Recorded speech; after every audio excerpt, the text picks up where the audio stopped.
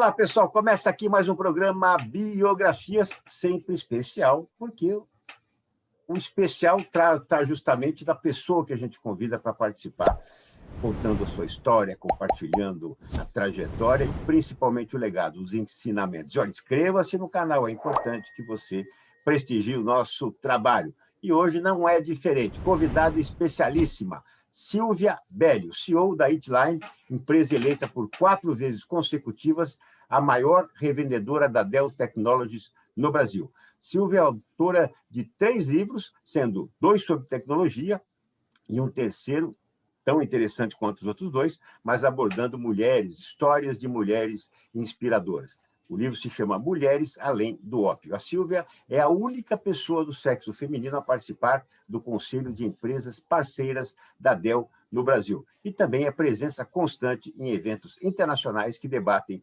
empreendedorismo feminino, como o Dell Women's Entrepreneur Network. Silvia, que alegria tê-la aqui, hein? Puxa vida, olha, empreendedorismo feminino sempre tem tapete vermelho no Biografias. Tudo bem com você? Tudo bem, muito obrigada, muito honrada pelo convite.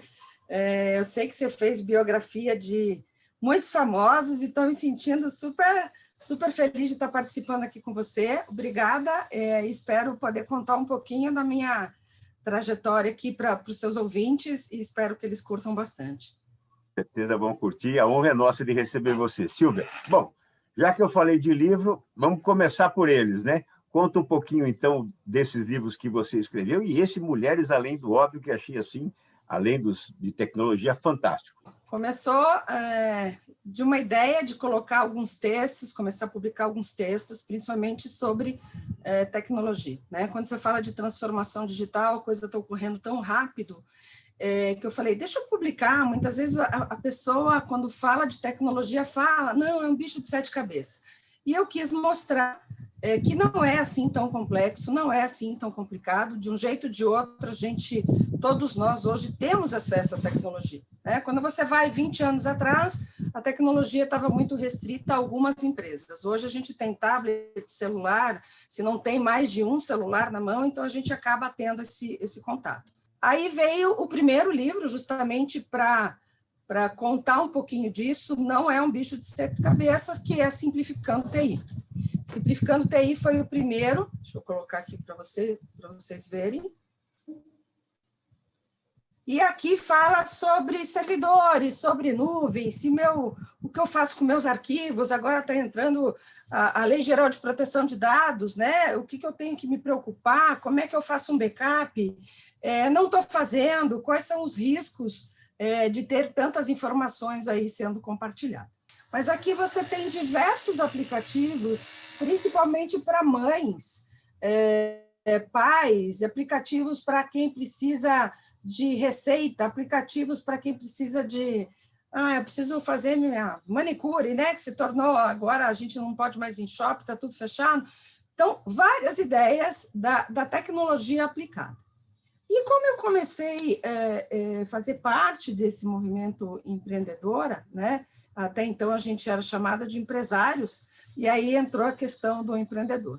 E quando eu comecei, por ter escolhido a área de tecnologia, era uma área muito solitária, né? Eu sempre fui muito sozinha na questão de eventos, você encontrava poucas mulheres, você não tinha muito esse contato. Em 2016, eu participei do primeiro evento feminino, que foi o da Dell, o DUEM, que é para mulheres empreendedoras, um evento global. E aí eu percebi a realidade, eu falei, nossa, eu não sabia que tinha tantas mulheres passando pelas mesmas dificuldades que eu passava. E essas dificuldades não é só de ser empreendedora, de saber tocar uma empresa, de saber como administrar, mas sim pessoal, né? Você tem que conciliar marido, filho, casa, se culpa há muito tempo, não sabe o que fazer. E aí eu comecei a escutar relatos, mulheres americanas, África do Sul, Canadá. Eu falei, nossa, não é um problema apenas meu, não é um problema apenas das mulheres que trabalham no Brasil, realmente é um problema global. E vi que tinha uma rede de apoio muito grande.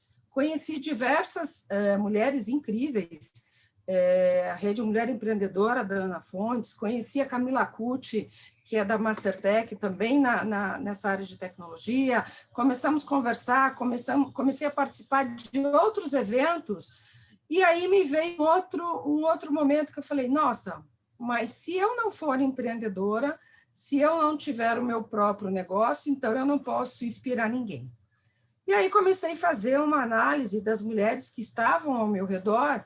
Falei, nossa, tem muita mulher inspiradora. Eu cheguei aqui, eu tive essa dica com essa, eu aprendi isso com aquela. E aí, nesse meu círculo próximo, né, das pessoas que convivem comigo, eu fiz um convite e recebi com muito carinho 17 mulheres participando e contando a sua trajetória, que dedicaram tempo, abriram seu coração e contaram, e aí saiu o livro Mulheres Além do Óbvio. Quando eu pensei nesse livro, a ideia era justamente inspirar, saber que todo mundo tem um lugar ao sol, que você pode, sim, conquistar aquilo que você deseja, mesmo que isso seja ser dona de casa. E sendo dona de casa, você ser feliz. Você não pode ser dona de casa, ai, que saco, eu gostaria de trabalhar fora. Ou você está trabalhando fora, ai, que saco, quero ser dona de casa. Você tem que encontrar o que você realmente quer e aí se dedicar com foco, atenção, esforço, resiliência e tantas outras coisas, você atinge os seus objetivos. E foi aí que nasceu o Mulheres Além do Óbvio. Então, vai ter história de pilota, de dona de casa, de médica, de dentista, advogada, aposentada, que depois de falar, agora estou com um filho criado, netos, eu vou voltar a estudar e vou fazer psicanálise.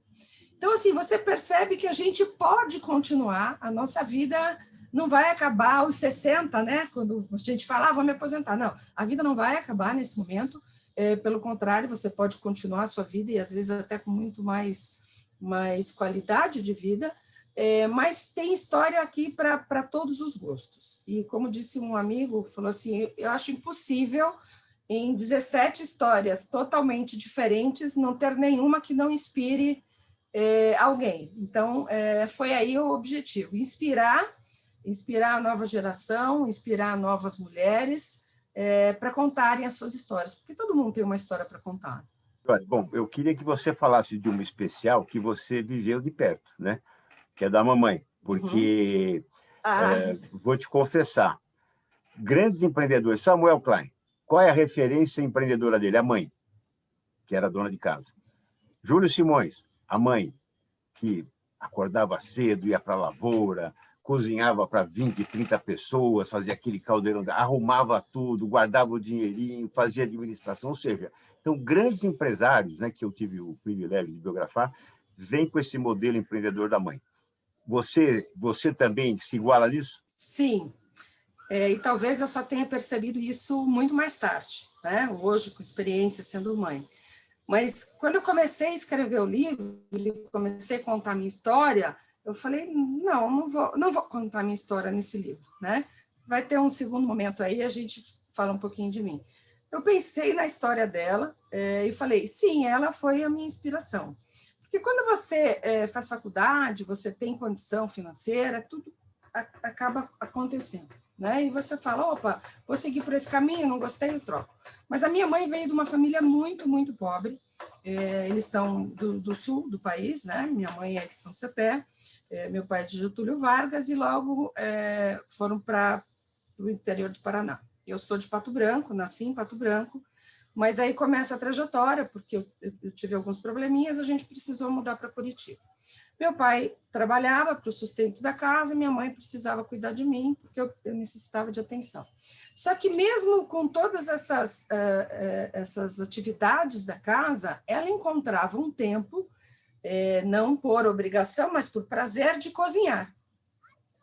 E isso se tornou algo que ela pensou, nossa, se eu vender sonho, eu faço sonho, né? Vou fazer, não dá para fazer você faz uma quantidade maior, se não comer rápido, não fica tão gostoso, por que não fazer e vender? E aí começou, compotas, doces, bolos, tortas, panetone, fazia muito conserva, né? Não sei se no sul a gente chama pepino em conserva, essas coisas. E aquilo ajudava no dia a dia da casa. Então, quando você analisa, eu tenho 3 filhos, não tenho condição financeira, meu marido está se esforçando, né? Meu pai dava aula e trabalhava, e não está conseguindo aquele extra, eu vou dar um jeito de fazer isso acontecer. Então, ela aprendeu muitas receitas, ela fazia dadoninho em casa, doce de leite, tudo aquilo que a gente queria ir no mercado e falava, esse não, ela dava um jeito de aprender. Então, essa lição de não desistir e, não posso, não vou fazer nada, isso ela me ensinou. Não, não pode? Ok, você não pode este modelo específico. O que você pode?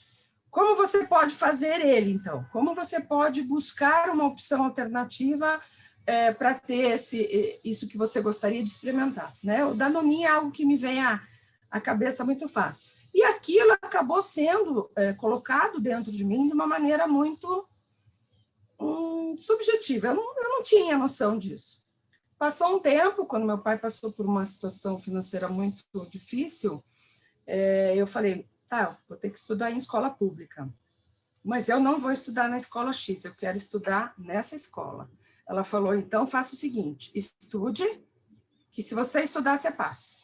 Eu fui lá, estudei, fiz o cursinho preparatório, na época era o Colégio Federal do Paraná, né, que era o Cefet, Escola Técnica, eu fiz eletrônica. Porque eu imaginava isso, né, tecnologia, já tinha essa questão de exatas muito próximo, e ela me ajudava o seguinte, ok, você não precisa fazer isso agora, vai arrumar a casa mais tarde, não é que você não ia arrumar a casa, mas ela me dava horário, ela me dava... Então, esse negócio de ter foco, ter hora, também aprendi muito com ela. E eu acho que o mais importante é o que você falou, saber essa parte de administrar o dinheiro. Ela tinha isso muito claro, olha, eu ganhei X, podemos gastar aqui, sobrou 50 reais, vamos comprar, sei lá um bife para comer à vontade, né? Aquele negócio, não tem o sorteio do bife hoje. Então, essas lições de vida, de administrar o dinheiro, de saber quanto ganha, ela não teve nenhuma faculdade, mas na prática ela me ensinou todas essas coisas básicas que eu levo hoje para a minha vida pessoal e para a minha vida empreendedora, como administrar a empresa, reduzir custos, o que fazer, sem ela ter percebido. Então, por isso, a homenagem, né, no Mulheres Além do Óbvio, é uma homenagem para ela, que esteve sempre comigo, sempre me apoiou e acreditou e falou, nunca esqueça que você é uma mulher. E a hora que você entender essa frase, você vai entender que você pode muitas coisas, mas tem coisas que você não vai conseguir. Então, era um conceito muito, né? Muitas vezes eu falo isso, as pessoas, nossa... Além do tempo, mas, né? Além do tempo. Então, isso eu levo para mim e tenho tentado passar isso para minha filha. Nunca esqueça que você é uma mulher. Como é que é o nome da mamãe? A minha mãe se chama Loiva Maria. Loiva Maria. Então, olha que coisa linda. Primeiro porque a dona Loiva Maria te ensinou isso. Agora, principalmente, eu acho que esse é o recado que você passa, Silvia, porque você observou isso. Porque muitas vezes a pessoa ensina, não com palavras, né, mas com exemplos, né, com atos. E as pessoas, né, que estão ao lado não percebem. Então, tem que perceber para você tirar esse aprendizado. Então, parabéns para você, para a dona Loiva, pela história dela, e para você, principalmente, porque observou, né? E a vida é feita de observações, né? De atitudes. Então, observou e depois teve atitude. Parabéns. Bom, essa menina, né, foi observando esse monte de legado importante aí e, de repente, chegou na adolescência. E aí? Como é que foi? Tinha dinheiro para pagar a faculdade? Como é que foi esse ponto da tua vida? Foi bem difícil. Foi bem difícil. Em 2010, 2012... meus pais ficaram um tempo separados, tá? E aí que eu e minha mãe ficamos mais próximas e a gente teve que se virar nos 30 em diversas situações. Foi muito aprendizado, realmente, foi muita prática de ter que limpar a casa, de ter que ajudar ela em outras coisas, tarefas, aprendi a cozinhar, cuidar da casa, cuidar de irmão, porque ela tinha que fazer esse 2 em 1, né? E meus irmãos eram pequenos. Aos 14 anos, eu entrei para o Cefet, comecei a fazer o curso técnico. Aos 17 anos, eu saí, e a partir daí eu já estava trabalhando, comecei a trabalhar muito cedo, na área de finanças, trabalhei num banco, e o tempo praticamente era consumido nesse ajudar a casa, sustentar a casa e trabalhar. Acabei, por questões, não vou dizer nem financeiras, né? Meu pai falou, eu não tenho como te ajudar na faculdade. Eu acabei não fazendo faculdade e acabei aprendendo muito sozinha, lendo muito, buscando as informações, fiz vários treinamentos de vendas, indo na biblioteca, né? Hoje a gente já não vai mais na biblioteca, mas eu ia muito fazer trabalho, passar a tarde ler, que era o tempo que eu tinha para estar sozinha, porque com o irmão, né, não conseguia me concentrar. E passou um tempo, eu fui trabalhar no banco, e aí o banco tinha uma série de treinamentos que eu também aprendi, hoje te digo com toda a certeza, me fez a base do que eu tenho de conhecimento atualmente. Eu era muito curiosa, eu era muito enxerida, né? Então eu estava fazendo uma parte de uma área de cobrança, eu queria saber a outra, eu estava na contabilidade, eu queria saber o caixa, e isso tudo ocorreu muito rápido. Eu lembro que com 19 anos eu ia ser promovida para ser caixa, e eu falei, não, eu não quero ser caixa. Aí a pessoa falou, mas é uma promoção. Não, eu já sei ser caixa. Mas você nunca trabalhou no caixa? Eu falei, não, eu já sei isso, já sei aquilo, só preciso contar dinheiro. Mas contar dinheiro também é fácil. E aí eu fui trabalhar em vendas, especificamente, né? Fui ser gerente de atendimento. Passaram-se 2 anos, eu também já conhecia tudo. Nisso surgiu uma opção de dar treinamento, fazer o curso. Eu fiquei em São Paulo, na época, 6 meses, tendo curso de psicologia, curso de como falar em público, alguns cursos específicos. Aí comecei a viajar bastante, na época pelo banco, e quando foi 2021, com 21 anos, eu recebi o convite de ser gerente administrativa de uma agência em Santa Catarina. E aí veio tudo aquilo que eu já conhecia, que eu já tinha lido nos manuais, eu tive que colocar na prática. Então, fiquei 3 anos como gerente, e aí foi uma experiência como gestora de pessoas, como gestora de empresa, como gestão do negócio, porque você estava em contato com os clientes o tempo todo, e eu acho que foi a base da minha carreira de empreendedora, porque tudo que eu usei, né, como empreendedora, como empresária, eu já tinha aprendido isso lá atrás no banco.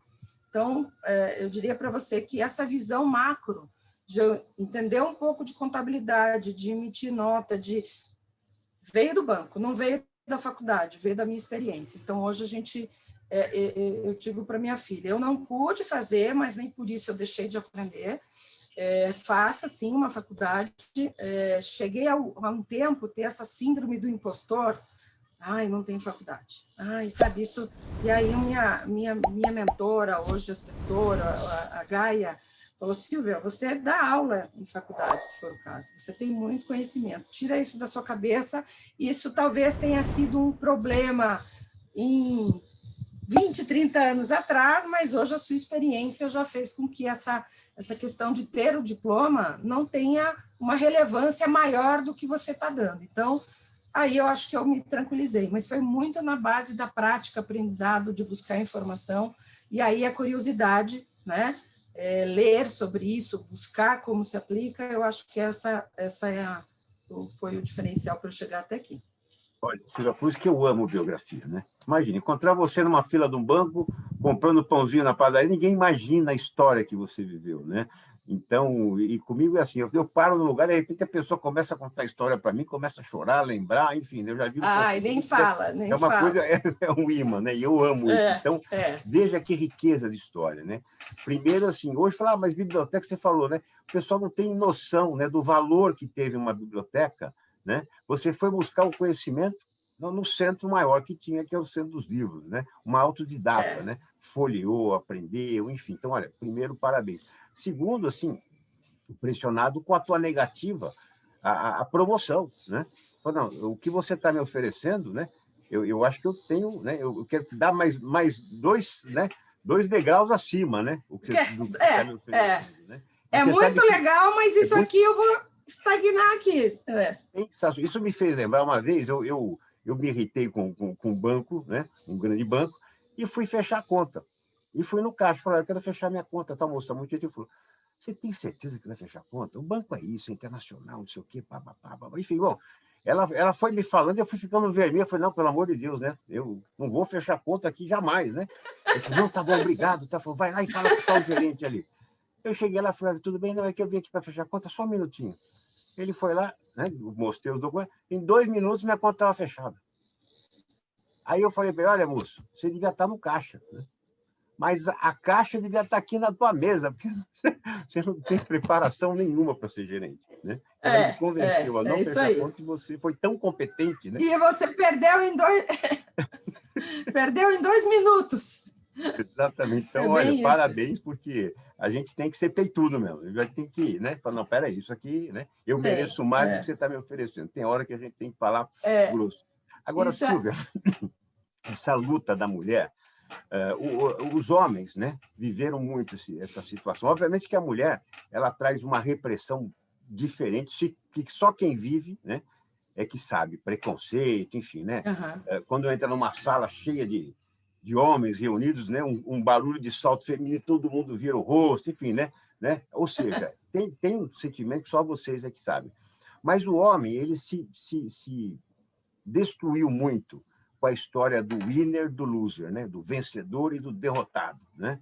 Ou seja, grandes histórias se firmaram e grandes famílias se destruíram, grandes trajetórias acabaram, porque a pessoa incorporou, enfim. Essa história do empoderamento feminino, ela está trazendo uma responsabilidade similar a essa? Eu tenho que vencer, eu tenho que ser forte, tenho que... Porque muitas vezes, como você falou bem, eu quero ser dona de casa, né? Essa é a minha felicidade. Sendo bem honesta, eu não me senti empoderada até 2015. Era uma concepção muito... eu sabia que eu estava num lugar que eu merecia, e aí, falando especificamente da parceria da nossa empresa com a Dell, eu sempre participei do conselho. E acabava sendo a única mulher. Mas isso era muito comum para mim. Eu fiz eletrônica, nós éramos em 6 meninas para 50 meninos. Quando eu trabalhei na área financeira, a mesma coisa. Você até tinha cargos de gerência já mulheres ocupando, e não tinha tanto essa questão, tinha mais a questão da competitividade corporativa. Mas isso você via em grupos de mulheres, homens, era geral essa questão de crescimento. Quando eu me tornei empreendedora na área de tecnologia, universo predominantemente masculino, eu acho que inconsciente eu segui algumas recomendações, mas não que falassem isso para mim. Eu nunca fui em reunião sozinha, sempre tinha, né, um apoio, ou um vendedor, e eu sendo a pré-vendas, ou um pré-vendas e eu atuando como vendas. E quando você tem 2 pessoas, uma consegue observar, né, a reação do cliente. Então, acho que era algo muito, muito tranquilo. Não cheguei a... Já vi amigas falando que tiveram que passar por isso, de ter que usar calça, roupa mais masculina para poder ser respeitado. Comigo isso não aconteceu. Eu sempre gostei de usar salto e sempre gostei de usar saia. Então, era algo muito tranquilo. E eu diria para você que no círculo que eu trabalho, as empresas com que eu já tratei e vendi, olha que a gente já atendeu muita empresa, eu nunca senti a discriminação direta. Já teve casos de você chegar numa reunião e o cliente falar, mas a reunião, nós vamos esperar mais alguém? Eu falei, não. E o técnico? Não, técnico não tem. Não, mas não vem nenhum técnico? Não, hoje a reunião é comigo. Se o senhor depois tiver alguma outra dúvida que eu não consiga atendê-lo, a gente marca uma segunda reunião. A reunião continuou, o cliente ficou tranquilo, fechamos o projeto. Então, assim, depende também da tua reação. Como eu não tive essa educação de ter isso muito... Você tem que se posicionar, você tem que não fica chorando, sabe aquele negócio? Não esqueça que você é uma mulher. Isso acabou me dando força. Então, no dia a dia, para mim, eu trato isso normalmente. Se eu for discriminada, se eu sofresse algum assédio, e entrar por aqui, sair por aqui e continuaria meu trabalho. Acho que talvez seja uma blindagem que eu criei, uma proteção para eu não me machucar. Então, eu não respondo e também não escuto. É como se não é comigo isso. E a vida segue. Com certeza, fazer parte do conselho da DEL como única mulher não é questão de amizade, não é questão de cota, né? É questão de meritocracia, com certeza. Então, parabéns. Agora, Silvia, entrando um pouquinho nessa situação da pandemia, né? Eu li um artigo dizendo que a área digital tem atraído mais jovens, né, interessados em trabalhar nesse segmento com a pandemia. Isso se confirma? Você tem observado isso? Eu, diretamente, no nosso segmento, não. Mas quando você fala de transformação digital, você está falando também de muito saindo do físico e indo para o virtual. Aí sim você tem, né, as profissões, pensando aí em futuro, as profissões que estão em alta são justamente essas, desenvolvedores. E aí você fala tanto de site, quanto de aplicação, quanto de plataforma. É claro que a nossa empresa trabalha na parte da infra para suportar tudo isso. Então, quanto mais software, quanto mais aplicação, quanto mais desenvolvimento, você precisa e vai continuar tendo que depender do hardware. Você não vai desenvolver... Não, você precisa de um notebook, você precisa de uma máquina melhor, você precisa de um servidor, você precisa de... Essa é a parte que a gente atua. Então, a gente vê que isso também cresce. O foco dos jovens realmente está mais nessa área de desenvolvimento. E aí tem muito curso, se o jovem realmente tem que gostar, né? Eu acho que os jovens precisam pensar que, assim como eles têm a possibilidade de crescer rapidamente, porque eles estão numa empresa hoje, querem aprender mais coisas, querem ter esse acesso à informação mais rápido, e entendem que ficar numa empresa muito tempo eles não estão aprendendo, ao mesmo tempo que tem esse lado de querer, né, fazer essa mudança sempre muito mais rápido, tudo muito rápido, então também faça isso com o conhecimento. Busque o conhecimento de tudo que você puder, de tudo que você tiver interesse. Se você aprendeu uma certa linguagem, procure outra, conheça qual que você gosta mais, porque aí você junta os dois, né? A tua ansiedade de não saber o que vai acontecer no futuro sendo nutrida pelo conhecimento. Então, quanto mais você conhecer, a hora que você falar, é isso que eu quero fazer, é aqui que eu quero ficar, ou é nessa empresa que eu vou trabalhar, ou vou montar o meu negócio, você vai ter base para ser bem-sucedido e fazer aquilo que você gosta. Silvia, segurança de dados, né? Obviamente que o tema é muito extenso. Vamos usar o Pix aí, de repente, como, né, uma base para isso, né? O Brasil, ele está bem posicionado em relação a esse tema? Quando você pensa que a Lei Geral de Proteção de Dados demorou para sair no Brasil, a gente se pergunta se realmente está preparado. Quando você fala de tecnologia, você tem tecnologia, sim, para ajudar as empresas, ajudar as pessoas a estarem mais preparadas para isso. Mas eu acho que precisa uma cultura maior e uma educação maior aos usuários, porque tudo começa aqui conosco. Então, o usuário que recebe uma promoção do e-mail e clica e acha que agora vou ganhar, aqueles que têm celulares ou notebooks que rodam software pirata, celulares e aparelhos que não são atualizados, né? A gente recebe lá, favor atualizar o sistema operacional. Depois eu faço.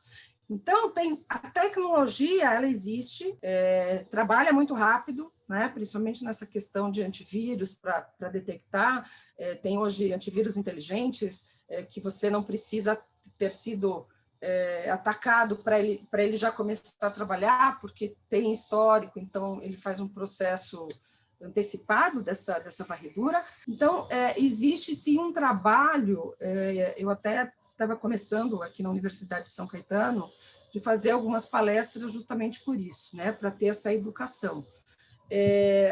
Para os mais jovens, que querem compartilhar tudo, acessar tudo, e às vezes nem verificaram se aquele site, se aquele link, se aquela mensagem do WhatsApp realmente faz sentido, e para os mais idosos, né, que saíram do nada e receberam o celular para falar com os seus netos, e às vezes você fala, ai meu Deus, cliquei aqui.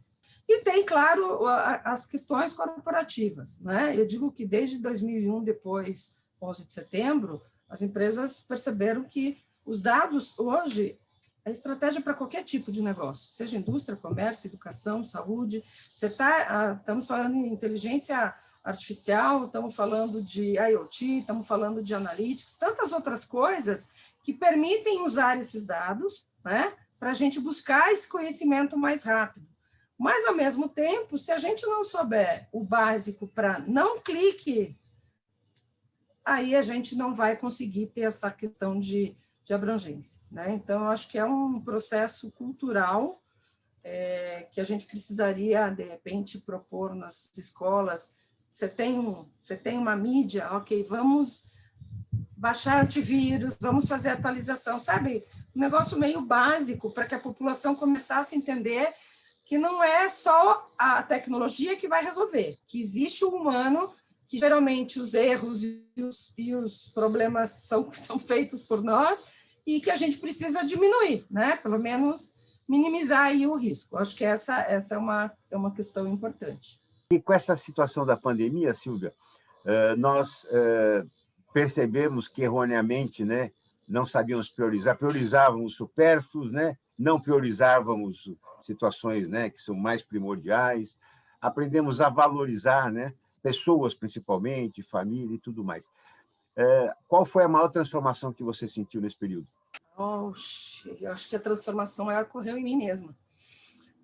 Primeira, que eu adoro pessoas. Eu sou de família italiana, adoro abraçar, adoro esse contato. E a empresa, com sede aqui em São Caetano, eu falava para o pessoal, a gente já pode trabalhar home office, mas vira e mexe eu queria todo mundo no escritório para ver, tomar café. A gente saiu no dia 17 do escritório, dia 18 estávamos todos operacional, porque já estávamos preparados para trabalhar home office, né? E-mail, tudo na nuvem, backup, ferramentas de colaboração, Teams, Zoom para fazer algumas conferências, o próprio Teams, Google, independente. Mas eu senti o seguinte, tá aí o café, e o bate-papo, e a conversa. Eu trabalho com a minha filha, meu marido, aqui ficou cada um no quarto, e eu falei, nossa, a gente está se vendo menos de quando eu trabalhava no escritório. E aí você percebe, ok, o que eu vou fazer para né, minimizar essa dor? Porque a gente sente, né? Eu senti saudades. E aí usamos a tecnologia para nos aprimorar. Então, criamos ferramentas para que a gente possa estar com os nossos colaboradores todos os dias, mensagens de motivação todos os dias, telefone, o meu telefone sempre teve acesso ao time todos os dias, e Teams. Isso falando de como eu me moldei para a questão profissional. Na pessoal, a gente teve que usar de alguns dispositivos, como a minha filha, que estava tendo faculdade, né, EAD. E das 9h30 da noite, ela fala, mãe, eu já estou no intervalo da segunda, acho que deu horário para você trabalhar. Porque a gente senta 7, né, da manhã, 7 da noite, se você não tiver fome, você não... E aí a gente começou, não, vamos nos policiar para tomar café da manhã, almoço e jantar juntos. A gente fez isso. Ter momento de final de semana, mesmo que em casa, vamos assistir um filme juntos, vamos distrair a cabeça, vamos dar risada, vamos ter momentos em família, para você poder ter essa sensação. E eu moro num condomínio que é possível caminhar, né? Então, eu falei, algo que eu não fazia há muito tempo, eu voltei a caminhar bem cedinho para dar aquela respirada, ver o sol, ver a luz do dia, né? Eu sei que nem todos, a gente sabe que nem todas as pessoas conseguem fazer isso, mas essa foi a maneira como eu consegui me programar ou mudar a minha rotina dentro de um momento tão difícil. Eu já convivo com home office há muito tempo, porque como eu viajo muito, para mim manter estrutura física, né, profissional, é bobagem, né?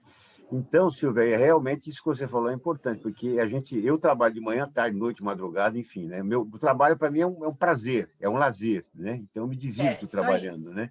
Mas às vezes eu estou vendo uma TV e falo, meu Deus do céu, eu não posso estar aqui, eu tenho que estar trabalhando, né? Então você tem aquele processo de autocobrança e tudo mais, então precisa entender bem, né? O que é essa situação. Precisa ter um planejamento da sua agenda. Olha, Silvia, deliciosa essa nossa conversa, né? Vamos repetir ela futuramente, com certeza. E queria que você deixasse... Adorei! Também bastante, né? É importante conhecer a tua história, compartilhar a tua história, né, com quem nos acompanha, que está vivendo momentos, ou que você já viveu no passado, que você vive no presente, ou que sonha, né, no futuro, está numa posição que você conquistou. E queria que você deixasse uma mensagem, né? Olha, já vou ajudar você nessa mensagem. Abre aspas. Sonho sem planejamento vira pesadelo. Fecha aspas, Silvia Belli. Então, frase tua. Então, essa já para ajudar na tua mensagem final.